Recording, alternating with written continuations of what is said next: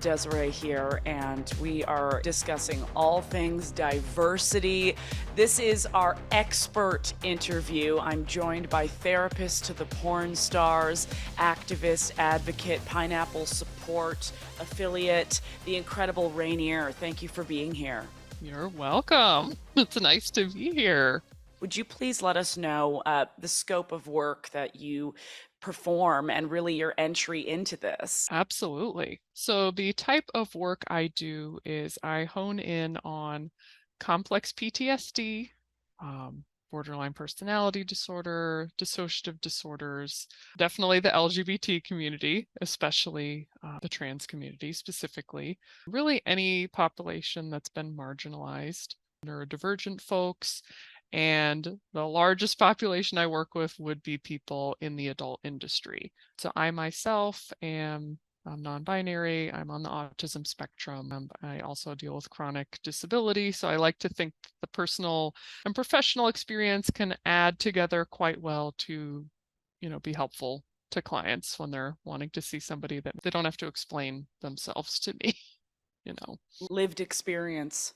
It's Yes. an education and understanding unlike anything else. May I ask how many years you've been performing this work? I have been providing therapy for close to 10 years, been licensed since 2019, I believe, and have been working with the adult industry really before I was even in the field. It just kind of drew to me. I was doing it in victim advocacy work. I was getting put on cases of anyone that was in the adult industry and having a level of tact with it that unfortunately other people were not having. So I've honed in very strongly on this work in the last 5 or 6 years. There's this incredibly enormous, unfair, unkind, misinformed stigma that comes with the adult industry, that individuals within it come from experience of trauma, abuse, whatever it may be. How do you feel about this existing stigma? So I have always rejected that mentality. I feel like it comes from a savior complex when people want to apply this person only does this because of this or that, or if they knew better, I could save them, or they don't have self-esteem. I'm like, I think that it's people projecting their own lack of knowledge about their own freedom, sexuality, expression that they don't have. And I think another fact that I would be remiss to not mention is that a lot of us are walking around with trauma. Some people just happen to be in the industry and are using their work in the industry to transform their relationship with themselves and their body through it in a way that provides themselves a great sense of boundaries and comfort and care with themselves. So yes, I reject that stigma wholeheartedly. I'll be splicing that out as something I play in my morning routines because I really needed that. That's so powerful. My goodness, thank you. Let's jump into diversity. So just to Okay. be as broad as possible, what is your definition of diversity in our modern world today? What does that mean? So to me, I believe diversity means that we're just all different people, and most of us have some level of overlapping characteristics or identity pieces, and they're all going to affect each other. So, if somebody is Black and a woman and a lesbian, these pieces are going to correlate with another. One's going to correlate with another. They're all going to correlate together. And I think that's what diversity means, is that everyone has some sort of internal experience or background. And some people have more, I guess, multiplicities in identity than others, but I think we all have something to offer and share, and we all are deeply different and yet similar. Even in, say, the mainstream corporate America experience, there's this desire to show diversity, whether it's their ad campaigns or their hiring tactics. In the general understanding of diversity is that everyone assumes it's about race, but diversity, you realize it's about a lot more than just Yes. race. So could you kind of elaborate on that in what diversity includes in the things that make us different? Gosh, there are countless pieces, one of which, of course, is race, ethnicity, religion, Socioeconomic status. Is someone a first generation college student or not? Do they deal with a visible, invisible disability or no disability? Of course, gender identity, sexual orientation, immigrant status. There's just so many, access to education, class. I mean, there's, I'm sure, more that I'm missing. And when you brought up hiring practices, I thought that was so interesting because sometimes it seems very performative and virtue signaling. Or I'm like, are you actually providing a space that people would want to exist in as diverse humans? Or are you just trying to lure them in to project a nice image to other people when you actually haven't done the unlearning and the work to be a safe space, or to be at least a functional place for people of different experiences? When it comes to adult platforms, how can they ensure that they are supporting diversity in the way that they involve creators, things that they could improve upon? I think things that platforms could do a little bit more of is really engaging with people of lived experiences.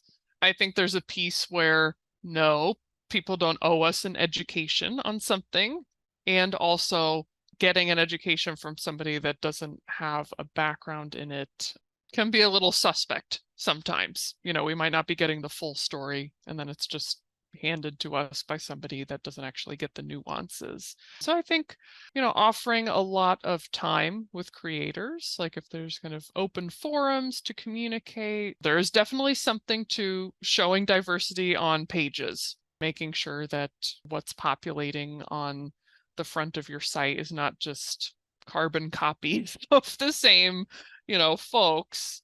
But I really think it has to do with making communication with the platform accessible to creators. I think that's really where the magic happens, is them feeling like they can reach out, they have opportunities to have communications with each other or higher ups, so that it feels like everyone's on the same page. You want to feel like creators can have an impact on the place that they work and exist on. As ill-informed and wrong as I believe it is that our general public looks to adult entertainment for a sort of education in sexuality, how does diversity then benefit the world that is seeking out these platforms for an education in sexuality and in anatomy? How does diversity just make things better? Does it?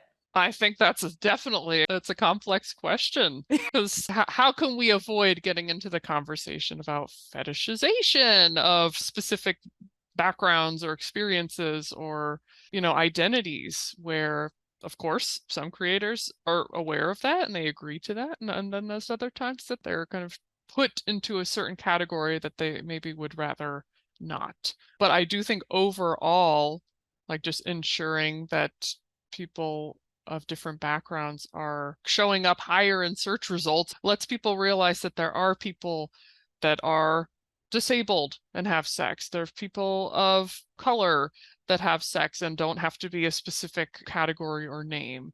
That there's people of different, religious experiences or orientations, or with different body types and backgrounds, and everyone has sex to some degree, and that they can be celebrated in that way and learned about, instead of being seen as only just living in this specific world. There's so much to expand on this topic. You handled it so incredibly, though. I'm blown away. In my own experience, which is all I can speak from, growing up, really not having any options other than, say, what's available in adult entertainment to understand what the visual of a vulva looks like, I had a very strained relationship with mine.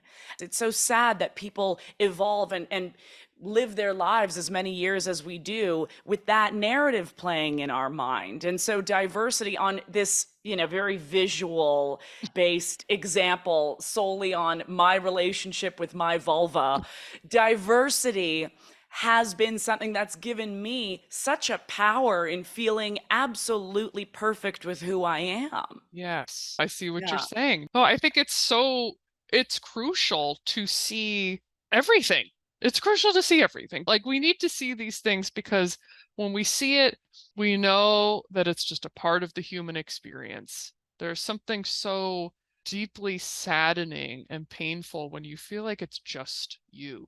You think, I'm just the weird person that has this specific body type or this specific thought or experience. It's very isolating. And Yeah. that narrative can be so toxic and degrading to our ability to connect, pleasure ourselves, be with others. These are things that we want and need as human beings. I flew us into this storm, and you are such a magical, brilliant person that just said, I got this, and you drove us and landed us onto the tarmac. Thank you so much for this wisdom today. I want to see you and hear you in more places because your perspective, your wisdom, your philosophy, it's just so necessary. So could you please let everyone know where they can connect with you, be it on social media platforms or anywhere else that you exist and are open to communication? Absolutely. So my best would probably be it's email. Everyone's like, what's your Twitter? I'm like, I have one. I don't do much on it, but technically if someone wanted to reach me, that would be at Rainier. My email is RAINIERLMHC at endeavortohope.org. And really, if you just look up my name, or if you reach out to Pineapple, they will get you in touch with me. Rainier, thank you so much for today. This was wonderful. Thank you for being our expert in diversity. Of course. Thank you. Wishing you all the best, and I cannot wait to see you in person once again. Take care, my friend. Wishing you all the best. You too. Bye now.